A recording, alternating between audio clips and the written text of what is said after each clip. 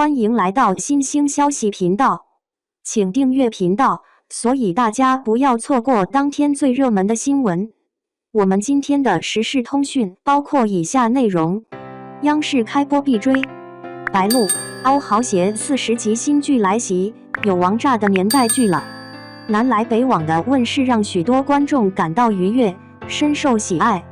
这场演出展现了他们小时候的模样，质朴的底层劳动者，真挚又慷慨的家乡人，真实再现了80、90后童年记忆中的点滴。因此，他迅速走红。前段时间热播的《迎风的青春》虽然不讲述年代剧的故事情节，但通过展现3个家庭和2代人的故事，同样让我们得以窥见油田人的生活环境。因此，它也迅速走红。总体来看，现今的观众偏爱那些富有厚重年代感的剧情，因为这些故事蕴含着朴素而美好的寓意，能够让人暂时逃离喧嚣，获得内心的宁静。央视发布了北上的预告片，视频一经推出便引发了众多网友的热切期待。北上的预告片实在太吸引人，他们早已迫不及待地期待着它的开播。除此之外，这部剧还有更多精彩之处，接下来小编就为大家详细讲解。1. 花街，江南风韵，年代剧的缩影，亦是现代人心中的向往。剧中拍摄的花街位于东安南门外，因运河的繁荣而闻名，是清江浦的一条著名古街。后来，这里因人流如织而声名鹊起，发展成为一条繁华的商业古街。如今，饱经风霜的花街已成为人们逃离喧闹的理想之地。想象一下，闲暇时光与3两好友漫步在青石铺成的石板路上，领略古街的独特魅力，瞥见台阶上的青苔，那是岁月留下的印记。这样的场景带来了浓厚的历史氛围，扑面而来，让人内心的躁动逐渐平静。这样的江南宁静安详，成为了众多人心中的向往。同时，这样的群像剧真实地再现了80、90年代的生活，引发了观众的共鸣。2. 童年与成长，北上逐梦，以少年的名义弘扬中华文化精神。北上主要讲述了运河岸边一群少年从相知相伴到离别重逢的故事。从青涩的懵懂到在各行各业中脱颖而成的精英，这不仅是他们人生的历程，更是他们对民族文化的认同与传承。夏凤华和谢望和是新时代中国青年人的典型代表，他们不仅在自身不断进步的同时，也积极推动着家乡的发展，充分展现了中年一代不甘于落后于时代的精神。3. 以运河少年为视角，该剧探讨了普通国人与中国社会变迁之间的联系，展现了小人物的大格局。北上改编自徐则臣的同名小说，北不仅指向地理的北方，同时也象征着文化传承和精神追求的方向。大运河象征着中华传统文化的精神。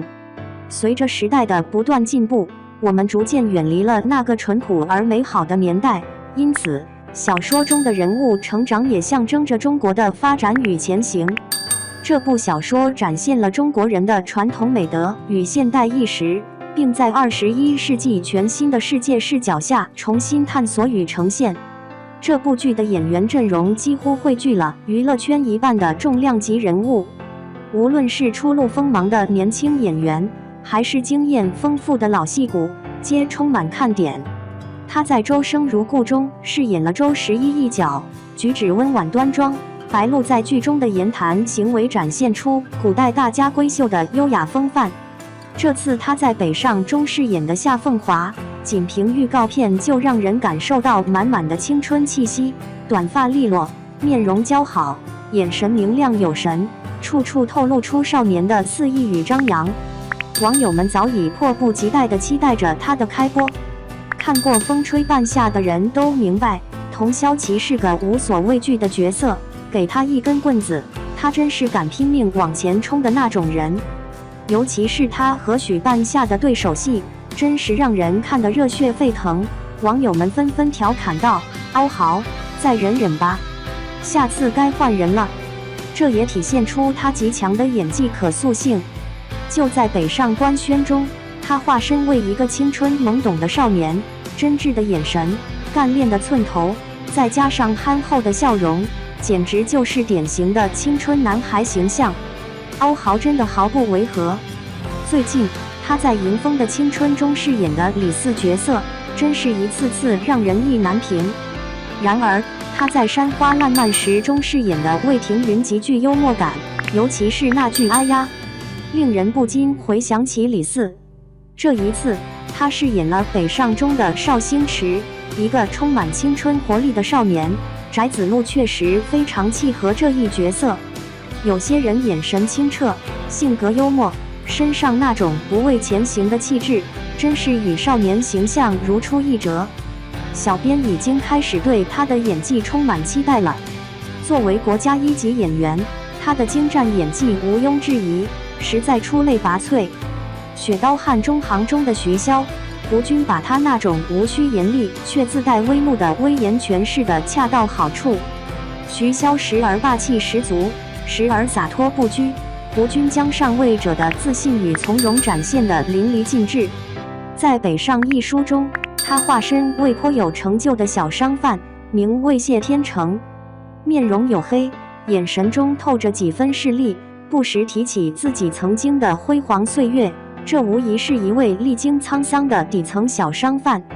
最近他的声誉迅速攀升，前不久在刚刚播出的《迎风的青春》中饰演了杨松柏，一个表面强硬但内心柔软的男性角色。明明心里关爱家庭，却偏偏表现出一副冷漠的样子。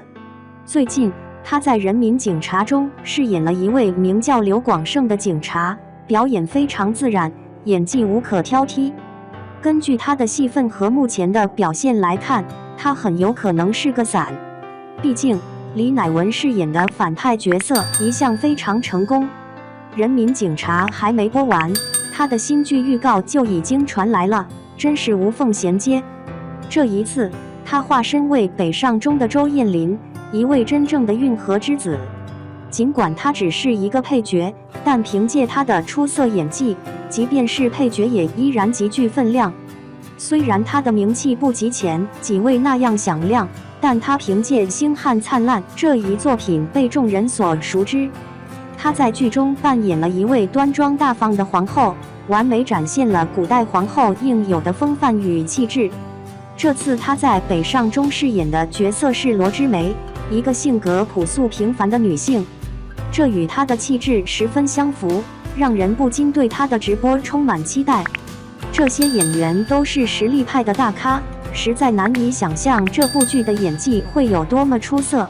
小编已经迫不及待地期待它的播出了。结语：近年来，许多国产剧的质量不断下滑，不是演员演技欠佳，就是剧情老套缺乏新意，或者演员的口碑不佳。总之，各种因素交织，让不少剧集遭遇差评，同时也让观众感到审美疲劳。当然，国产剧并非全都不好，依然有少部分是高质量的佳作，例如南来北往父辈的《荣耀人世间》以及《风吹半夏》等电视剧。然而，小编注意到，观众喜爱的这些剧集大多充满了年代感，拥有深厚的历史背景，并蕴含深远的影响意义。这也表明，如今的观众更偏爱观看富有内涵和深刻意义的剧集。最引人注目的地方在于，这些剧都是群像剧，每个角色都栩栩如生，因此极具吸引力。正是这样的剧情，才能让人深切体会到社会的变迁与时代的进步，而不是在某些剧中以追求事业为名，实际上却沉迷于爱情的情节。这样的情节实在让人无法忍受。这部《北上》不仅讲述了运河畔少年们青春飞扬、肆意成长的故事，更折射出一群在时代变迁中见证发展、撑起中国脊梁的身影。因此，观众真正想看、期待的，正是那些富有格局与内涵的剧作。那么，你喜欢《北上》这本书吗？